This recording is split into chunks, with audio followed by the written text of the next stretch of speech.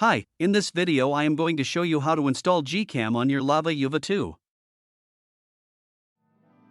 Step 1. Visit our website by clicking on the first link in the description. Step 2. On our website, go to the download section and download GCam APK file.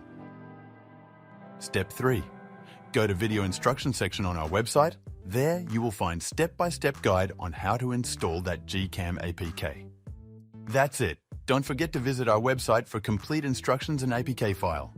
Lastly, here's some GCam versus stock camera app comparison.